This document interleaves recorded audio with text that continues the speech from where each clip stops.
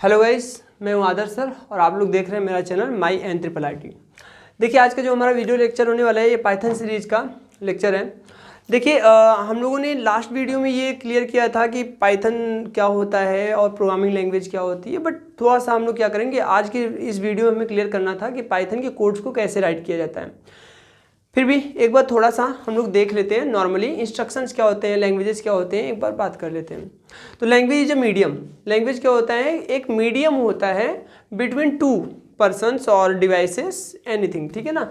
तो किसी भी दो पर्सन डिवाइसेस के बीच का मीडियम होता है। अच्छा, केवल दो ही हो सकते हैं? नहीं, दो से ज़्यादा भी होंगे तो कोई दिक्कत नहीं होती है उससे।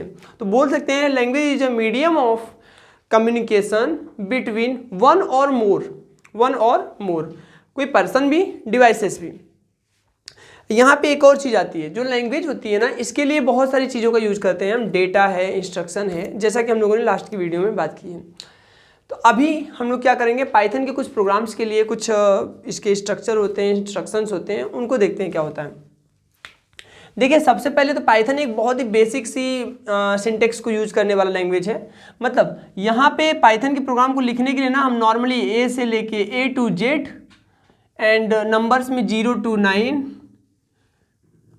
एंड सिंबल्स का भी यूज कर सकते हैं। जैसे एग्जांपल दिया जाए लाइक प्लस माइनस मल्टीप्लाई का यूज यहाँ नहीं करते। मल्टीप्लाई को यहाँ पे हम मल्टीप्लाई के लिए यूज करेंगे हैशट्रिक को, ठीक है ना। जो स्टार जानते हैं ना आप, उसको हैशट्रिक के नाम से जानते हैं। यहाँ पे हैश सिंबल है, हैश सिंबल का यूज करते हैं। इन सभी सिंबल्स का हम यूज कर सकते हैं यहाँ पाइथन में, ठीक है। पाइथन का बेसिक कोड लिखा कैसे जाता है? पाइथन का बेसिक कोड लिखा जाता है नॉर्मल सिंटेक्स के साथ। जैसे मैंने लिख दिया a = 5, ये देखिए ये सिंटेक्स है पाइथन का, ठीक है। ये मैंने हटा लिया यहाँ से। a = 5, b = 10 या ओके, c = a + b। बस, और हम क्या करेंगे, प्रिंट बोल दिया, प्रिंट c। जानते हैं क्या प्रिंट होगा? a के अंदर b था, a के अंदर 5 है और b के अंदर 10, मतलब a और b की वैल्यू 5 और 10 है। जब हमने a और b को ऐड किया मतलब 5 और 10 ऐड हुए, जो कि कहाँ गए, c के अंदर गए हैं। अब c को हम लोगों ने यहाँ प्रिंट किया तो ध्यान दीजिए यहाँ क्या प्रिंट होगा, 15 प्रिंट होगा। बस नॉर्मल से सिंटेक्स था। ये हैश क्यों लगा दिया? क्योंकि हैश जो था ना, ये कमेंट को बताता है। अब बात आती है कि कमेंट क्या होता है। तो जैसा कि मैंने पहले ही बताया कि पाइथन जो है, पाइथन में लिखे गए कोड को बाइनरी लैंग्वेज या मशीन लैंग्वेज में कन्वर्ट किया जाता है, क्योंकि एक हाई लेवल लैंग्वेज है। तो जो इंटरप्रेटर या कंपाइलर होता है, बट यहाँ पे तो इंटरप्रेटर की बात होगी। क्यों इंटरप्रेटर की बात होगी? क्योंकि हम लोगों ने स्टार्टिंग में पढ़ा था कि Python is a interpreted language, एक इंटरप्रेटर बेस्ड लैंग्वेज होती है, ठीक है। तो यहाँ पे इंटरप्रेटर होता है, ठीक है। इंटरप्रेटर जब समझेगा a = 5 तो वो समझ जाएगा आसानी से, b = 10 समझ जाएगा, c = a + b ये भी समझ जाएगा, प्रिंट में c लिखा है ये भी समझ जाएगा। बट अगर हम यहाँ पे ऐसे नॉर्मली 15 लिख दें, ये बिल्कुल नहीं समझने वाला कि ये 15 कहाँ से आ गया, ये क्या है, क्योंकि इसका तो किसी के साथ कोई रिलेशन नहीं दिखाया जा रहा, डायरेक्टली ये नंबर कहाँ से आ गया। तो इसके लिए लगा दिया जाता है हैश बना देता है इस 15 को कमेंट। कमेंट मतलब एक ऐसी लाइन होती है किसी भी प्रोग्राम की जिसको लिखा जाता है यूजर के हेल्प के लिए या प्रोग्रामर के हेल्प के लिए, जब वो प्रोग्रामर अपने कोड को देखता है तब, ठीक है। इस लाइन को हमारा जो पाइथन या फिर जो भी प्रोग्रामिंग लैंग्वेजेस होती हैं उन्हें वो एग्जीक्यूट नहीं करती हैं, रन नहीं करती उस पर। तो पाइथन में कमेंट को बनाने के लिए हैश सिंबल का इस्तेमाल करते हैं, जबकि सी में हैश यूज करते हैं डबल / का, ठीक है। तो अलग अलग प्रोग्रामिंग लैंग्वेजेस कमेंट बनाने के लिए अलग अलग सिंबल्स का यूज करती हैं। पाइथन में अगर हमने लिख दिया 15 से पहले हैश, इसका मतलब 15 बन चुका है कमेंट, और अब ये कमेंट जो है वो इंटरप्रेटर के थ्रू रीड नहीं किया जाएगा। आई होप यहाँ तक क्लियर हुआ होगा। और हमारे पास कुछ टॉपिक्स हैं, प्रोग्रामिंग लैंग्वेजेस देखते हैं और कितने टाइप की होती है। जैसे HLL होती है और LLL होती है। तो ये दो तरह की प्रोग्रामिंग लैंग्वेजेस हमारे पास होती हैं। HLL क्या है, LLL क्या है, दोनों में डिफरेंसेस क्लियर कर लेते हैं। देखिए, HLL एक हाई लेवल प्रोग्रामिंग लैंग्वेज होती है, इसका होता है full form high level programming language. ठीक है, मैं बोल भी दे रहा हूँ, जिसको स्पेलिंग नहीं समझ में आएगी सुन के लिख लेना। तो हाई लेवल प्रोग्रामिंग लैंग्वेज, जबकि LLL का मतलब होता है low level programming language. Low level programming language. ठीक है, अब ये low level programming language, high level programming language क्या है? मैंने पहले भी शायद इसके बारे में बात किया है अपने पुराने लेक्चर्स में, हम फिर से बात कर लेते हैं। लो लेवल प्रोग्रामिंग लैंग्वेजेस वो होती हैं जो हमारे लिए सूटेबल नहीं होती हैं, मतलब जिन्हें समझना हमारे लिए आसान नहीं होता है लेकिन मशीन उन्हें आसानी से समझ लेता है। जैसे लो लेवल प्रोग्रामिंग लैंग्वेज की बात किया जाए तो आपका उसमें आ जाता है असेंबली लैंग्वेज आता है और बाइनरी लैंग्वेज आता है। असेंबली वैसे अपने आप में एक लैंग्वेज है, तो हम लो लेवल में मशीन लैंग्वेज को समझते हैं ना, जिसे कंप्यूटर के लिए समझना आसान होता है, मशीन लैंग्वेज है। अब उसके बाद लो लेवल में ही असेंबली लैंग्वेज को भी रखा जाता है। ठीक है, तो मैं यहाँ पे लिख देता हूँ LLL में असेंबली को भी रखा था ना, असेंबली है, मशीन है, ये मशीन है, ये लैंग्वेजेस क्या होती हैं आपकी लो लेवल प्रोग्रामिंग लैंग्वेजेस होती हैं। बट हाई लेवल में क्या होती है? हाई लेवल प्रोग्रामिंग लैंग्वेजेस ऐसी प्रोग्रामिंग लैंग्वेजेस होती हैं जो हमारे लिए यूजर फ्रेंडली होती हैं, मतलब हमारे लिए समझना आसान होता है, मशीन के लिए उसको समझना मुश्किल होता है। अब क्या इसका मतलब मशीन जो है वो असेंबली को भी समझता है? नहीं, असेंबली को नहीं समझता है, लेकिन असेंबली को हमारे लिए भी समझना मुश्किल है, इसलिए हमने उसको कहाँ रखा है? लो लेवल में रखा है। मशीन भी नहीं समझता। क्यों नहीं समझता? जब हमारे लिए मुश्किल है तो मशीन के लिए तो आसान होना चाहिए था। नहीं, क्योंकि असेंबली लैंग्वेज सिंबल्स को यूज करता है, असेंबली लैंग्वेज लेटर्स को भी यूज करता है, अल्फाबेट्स को। असेंबली लैंग्वेज नंबर्स को भी यूज करता है। तब तो बात आ जाएगी भाई, सिंबल, नंबर, लेटर सब कुछ तो यूज कर रहा है, तो फिर वो हमारे लिए इजी क्यों नहीं है? इसलिए नहीं है क्योंकि वहाँ पे हमें बहुत सारे कोड को याद रखना पड़ता है। जैसे हमें ऐड करना है कोई चीज़ तो हमें लिखना पड़ेगा सम, ठीक है, हमें अगर डिवाइड करना है तो लिखना पड़ेगा ड्यू। मतलब ऐसे बहुत सारे कीवर्ड्स वहाँ पे बनाए गए। ये तो बेसिक से 2 कीवर्ड बताए मैंने, ऐसे बहुत सारे कीवर्ड्स बताए गए हैं वहाँ पे जो हमें याद रखने पड़ते हैं। वहाँ पे अगर हम कुछ भी गड़बड़ करेंगे तो ऐसा हमारा सम या डिवीजन नहीं होगा, समझ गए? तो यहाँ पे ये प्रॉब्लम आ जाती थी, इसलिए हमारे लिए क्या हो जाता था, थोड़ा सा टफ हो जाता था, डिफिकल्ट हो जाता था, याद नहीं हुआ तो काम नहीं हुआ। जबकि यहाँ पे HLL में हमें ऐसा कुछ नहीं करना, 5 और 6 को सम करना, तो बस सम को ये साइन लगा दिया, मतलब यूजर फ्रेंडली, जो हम लोग पहले से जानते हैं वही यूज कर सकते हैं। इसीलिए हाई लेवल लैंग्वेजेस हमारे लिए बहुत ज़्यादा सूटेबल हैं, यूजर फ्रेंडली हैं। यूजर फ्रेंडली का मतलब होता है यूजर के साथ फ्रेंडली हैं। बात समझ में आ गई होगी। और जो यूजर के साथ फ्रेंडली है वो मशीन के साथ फ्रेंडली नहीं होगा, जो मशीन के साथ फ्रेंडली वो यूजर के साथ फ्रेंडली नहीं होगा। ठीक है, आई होप ये क्लियर हो गया होगा। तो HLL में कौन कौन सी लैंग्वेजेस आती हैं? HLL में आती है C++, जावा, HTML, ये सारी लैंग्वेजेस जो आप देखने जानते हैं। पाइथन तो हमारा चल ही रहा है, पाइथन, ये सारी की सारी लैंग्वेजेस क्या होती हैं? HLL लैंग्वेजेस होती हैं, हाई लेवल लैंग्वेजेस होती हैं। आई होप क्लियर हो गया होगा कि लो लेवल लैंग्वेजेस क्या होती हैं और हाई लेवल लैंग्वेजेस क्या होती हैं। अगर किसी को स्क्रीनशॉट लेना हो तो ले सकते हो, अदरवाइज आप लोग नोट कर लीजिएगा, ठीक है, वीडियो को पोस्ट करके। उसके बाद 2 लैंग्वेज ये हमारे पास हो गया, लैंग्वेजेस को जान गए, ठीक है, हमारा ये टॉपिक था। अब अगला टॉपिक है हमारा कि इन लैंग्वेजेस को, अगर जिन लैंग्वेजेस को कंप्यूटर नहीं समझता उन लैंग्वेजेस को कंप्यूटर को समझाया कैसे जाएगा। अगला टॉपिक हम ये लेते हैं, तो इसको इरेज कर लेते हैं, ठीक है।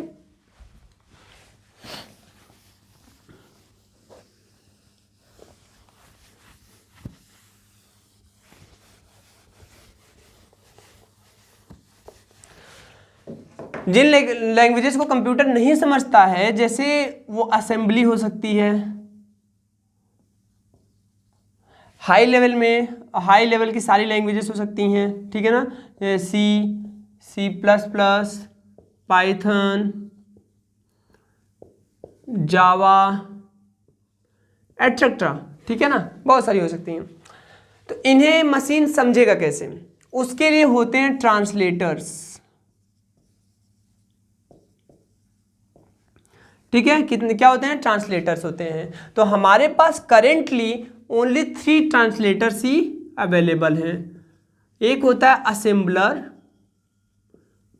सबसे पहला ट्रांसलेटर है असेंबलर, फिर है इंटरप्रेटर, ध्यान रखिएगा यहां से बहुत क्वेश्चंस बनते हैं, इंटरप्रेटर और कंपाइलर, ठीक है ना, कंपाइलर।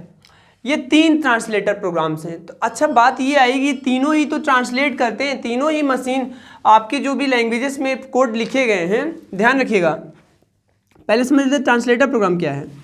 ट्रांसलेटर प्रोग्राम ऐसे सॉफ्टवेयर्स होते हैं जो आपके किसी भी लैंग्वेज में लिखे गए कोड को मशीन लैंग्वेज में कन्वर्ट करते हैं। जो मशीन लैंग्वेज में लिखा है उसको आप किसी और लैंग्वेज में कन्वर्ट करने की जरूरत है ही नहीं, क्योंकि ऑलरेडी उसे मशीन समझ लेता है। तो किसी भी लैंग्वेज में लिखे गए प्रोग्राम को मशीन लैंग्वेज में कन्वर्ट करते हैं। यहाँ तक क्लियर हुआ। अच्छा ये अब यहाँ पे क्लियर करिएगा, ये 3 ट्रांसलेटर हैं जो कि तीन के तीनों का काम यही है कि आपके जो कोड होते हैं, प्रोग्राम होते हैं, उन्हें मशीन लेवल में कन्वर्ट करना, मशीन लैंग्वेज में। तो 3 को बनाने की क्या जरूरत थी, समझते हैं जरूरत। हाई लेवल लैंग्वेज तो बाद में आई, पहले थी हमारे पास असेंबली, ठीक है, मशीन आई, मशीन के बाद आई असेंबली। तो असेंबली लैंग्वेज को कन्वर्ट करने के लिए मशीन में हमारे पास आया असेंबलर। क्या लाया गया, असेंबलर को लाया गया, ठीक है। ये तो क्लियर हो गया कि असेंबली लैंग्वेज जो है उसको मशीन लैंग्वेज में कन्वर्ट करने के लिए आपका क्या लगा है, असेंबलर होता है। तो असेंबलर का काम केवल असेंबली लैंग्वेज को ही मशीन में कन्वर्ट करना है और किसी को ये नहीं करता। अब रही बात इन दोनों के कंपैरिजन की, क्योंकि ये भी क्या करता है, ये भी HLL टू मशीन में कन्वर्ट करता है, ये भी HLL टू मशीन में कन्वर्ट करता है। अब बात आती है कि जब दोनों का काम एक ही है तो हम दोनों को अलग अलग क्यों बनाते हैं, एक में तो काम हो जाता ना। तो दोनों के काम करने का तरीका अलग है, ठीक है। जैसे कई लोग होते हैं, देखिए एक ही काम को करने के लिए अलग अलग तरीके का इस्तेमाल करते हैं। तो शायद मेरे लिए कोई और सूटेबल होगा, उसके लिए कोई और सूटेबल होगा, ठीक है। तो अलग अलग काम करने वाले लोग अलग अलग जगहों के लिए सूटेबल होते हैं, ऐसा नहीं कोई बेकार है, ठीक है ना। तो एक कहीं और काम आएगा तो एक कहीं और काम आएगा। एग्जाम्पल लेके समझ लेते हैं कैसे। जब हमें क्या करना है, प्रोग्राम्स को लाइन बाय लाइन एग्जीक्यूट करवाना होता है। देखिए इंटरप्रेटर जो लैंग्वेज है, यहाँ पे मान लेते हैं हमने क्या लिखा है, इंस्ट्रक्शंस का सेट लिख दिया है, प्रोग्राम के इंस्ट्रक्शंस का सेट है। अगर हमने इंटरप्रेटर को यूज किया तो ये यहाँ से क्या करता है, प्रोग्राम को एग्जीक्यूट करना शुरू करेगा, यहाँ तक करेगा, लेकिन एक एक लाइन करके ही एग्जीक्यूट करेगा। अगर इसमें यहाँ पर इसे एक गलती मिल जाती है इंटरप्रेटर को, तो बस रुक जाएगा, यहाँ पे कहेगा अब मैं आगे नहीं बढ़ूंगा। मैं कहूँगा क्यों नहीं बढ़ोगे, कहता है यहाँ पे गलती है। मतलब उसका कहना है कि इस गलती को सुधारो वरना मैं आगे नहीं बढ़ूंगा। मैं आया, मैंने यहाँ पे, मैं प्रोग्रामर हूँ तो मैंने यहाँ पे गलती को सुधार दिया ना, गलतियाँ ठीक कर दी। अब कोई एरर नहीं है ना, तो अब वो फिर से कंटिन्यू करेगा। फिर यहाँ पे उसको एरर मिल गया, फिर यहाँ रुक जाएगा, कहेगा अब इसको सुधारो। फिर जब मैं इसको सही कर दूंगा, ठीक है ना, एरर को हटा दूंगा, फिर वो आगे बढ़ेगा। ध्यान रखिएगा, ये जो प्रोसेस हो रहा था ना, इस प्रोसेस को बोलते हैं डीबगिंग। आपने जो भी प्रोग्राम लिख लिया, समझिएगा, मैं डीबगिंग, बहुत इंपॉर्टेंट कॉन्सेप्ट है, इससे क्वेश्चन बनते ही बनते हैं एक दो, ठीक है ना, एक क्वेश्चन तो इससे बन ही जाता है। तो जब भी आपका जो प्रोग्राम लिखा हुआ है, इंटरप्रेटर उसको जब एग्जीक्यूट कर रहा होता है, चेक कर रहा होता है कि क्या ये प्रोग्राम सही है या नहीं है, तो इसी को क्या बोलते हैं, हम डीबगिंग बोलते हैं। समझ गए ना, यहाँ पे समझिएगा। पहले तो जब वो प्रोग्राम को एग्जीक्यूट कर रहा था उसे बोलते हैं चेकिंग। क्या बोलते हैं, चेकिंग। उसने प्रोग्राम को किया चेक, यहाँ पे मिल गई गलती, तो उस गलती को उसने मुझसे बोला कि मैं सुधारूं, मैंने उस गलती को क्या किया, सुधार दिया, हटा दिया। तो जब मैंने उस गलती को सुधार दिया तो वो क्या हो गया, डीबगिंग हो गया। फिर वो आगे बढ़ा, अब आगे प्रोग्राम को एग्जीक्यूट कर रहा है कि कहीं और कोई गलती तो नहीं है, तो इसे क्या बोलेंगे, फिर से चेकिंग, कि आगे वो चेक कर रहा है कि क्या कहीं प्रोग्राम में कोई गलती है। हाँ, उसे यहाँ पे एक गलती मिल गई, तो ये तो चेकिंग था, उसने चेक कर लिया कि प्रोग्राम में कोई गलती है या नहीं है। अब मेरा काम आ गया, मैं यूजर मतलब प्रोग्रामर जाएगा वहाँ से ये गलती को सुधार देगा। सुधारते वो तब वो सुधारने का प्रोसेस क्या कहलाएगा? डीबगिंग कहलाएगा। क्यों? क्योंकि कंप्यूटर में जो एरर्स मिलते हैं, गलतियाँ मिलती हैं, इन्हें हम बोलते हैं बग। तो कंप्यूटर में मिलने वाली गलतियाँ होती हैं बग, तो उनको सुधारने के प्रोसेस को हम बोलते हैं डीबगिंग। समझ गए? तो लाइन बाय लाइन एग्जीक्यूट करता है इंटरप्रेटर गलतियों को सुधारते हुए, ठीक है ना, और लास्ट में यहाँ तक पहुँचता है और आपके पूरे प्रोग्राम को एग्जीक्यूट कर लेता है। बट कंपाइलर का काम क्या है? कंपाइलर ने जैसे आपका ये प्रोग्राम था, कंपाइलर भी वही करेगा, चेकिंग ये भी करेगा, प्रोग्राम शुरू से लास्ट तक चेक करेगा, लेकिन इसका प्रोसेस थोड़ा सा अलग है। ये एक बार में ही पूरे के पूरे प्रोग्राम को एग्जीक्यूट कर लेता है, ठीक है। पूरा प्रोग्राम एक बार में ही चेक कर लेगा, और एक बार में चेक कर लेने के बाद उसमें जितनी भी बग होंगी, मतलब गलतियां होंगी, उन सभी गलतियों की एक लिस्ट बना देगा आपके सामने, और वो पूरी की पूरी लिस्ट आपको दिखा देगा कि देखो इतनी इतनी गलतियां तुम्हारे प्रोग्राम में हैं। मतलब इसने चेकिंग का प्रोसेस एक बार में कंप्लीट कर दिया। अब आप उन सभी की सभी गलतियों को हटाते जाओ, मतलब बगिंग, डीबगिंग का प्रोसेस आप एक बार में कंप्लीट कर लोगे। जबकि यहाँ पे ऐसा नहीं है, यहाँ पे ये चेकिंग एक एक करके करेगा, जहाँ पे गलती मिलेगी वहीं पे रुक जाता था। अब आपको डीबगिंग का प्रोसेस कंप्लीट करना पड़ेगा, तब वो चेकिंग का प्रोसेस आगे कंटिन्यू करेगा। जबकि ये क्या कर रहा है, ये पूरा का पूरा चेकिंग एक साथ कर लेता है। डीबगिंग के लिए भी आपको डायरेक्टली सारे के सारे गलतियों का एक लिस्ट बना के दे देता है, सबको सुधार लो। आई बात समझ में? आई होप क्लियर हो गया होगा इन तीनों में डिफरेंस क्या होता है, तीनों के तीनों ट्रांसलेटर प्रोग्राम्स में, ठीक है। तो फास्ट कौन है? अच्छा, एक क्वेश्चन बन जाता है, इन तीनों में से सबसे ज़्यादा फास्ट कौन होगा? सही समझिए, कंपाइलर सबसे ज़्यादा फास्ट होगा। फिलहाल तो असेंबलर की बात ही नहीं करते, क्योंकि असेंबलर का कंपेरिजन करना बेकार होगा, वो एक अलग प्रोग्रामिंग लैंग्वेज के लिए है, असेंबली लैंग्वेज के लिए पर्टिकुलर, जबकि ये दोनों सिमिलर के लिए हैं, तो इनका कंपेरिजन करते हैं। सबसे फास्ट कौन है? कंपाइलर। इंटरप्रेटर है स्लो। बट अलग अलग जगहों पे फास्ट में तो ये आ गया, ठीक है ना, और वो स्लो आ गया। बट अगर बात किया जाए कि गलतियां मतलब जो इरेज करनी, मतलब कि प्रोग्रामर जल्दी अगर वो करना चाहता है कि अपनी गलतियों को जल्दी जल्दी हटाना चाहता है, ठीक है ना, चाहता प्रोग्राम चेक करते समय, प्रोग्राम को बनाते समय हमारी गलतियां मिल जाएं हमको, तो उसके लिए कौन आ जाएगा? इंटरप्रेटर काम आ जाता है। क्योंकि वो लाइन बाय लाइन ही गलतियों को क्या कर लेता है? चेक कर लेता है। सब अपने जगह पे सुटेबल है ना, कोई कहीं पे ज़रूरत होता है किसी का कहीं पे चेक ज़रूरत होता है, ठीक है। तो सब अलग अलग तरीके से यूज किए जाते हैं। ये हो गया हमारा प्रोग्रामिंग लैंग्वेज। प्रोग्रामिंग लैंग्वेज क्या होती है, उसको कैसे ट्रांसलेट किया जाता है, ये सारी चीज़ें। अगला टॉपिक हमारा क्या है? ठीक है, तो अगला प्रोसेस हम अपना टॉपिक देखते हैं ना।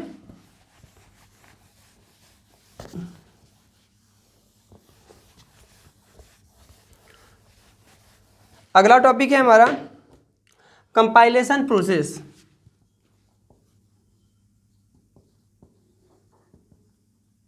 Compilation process,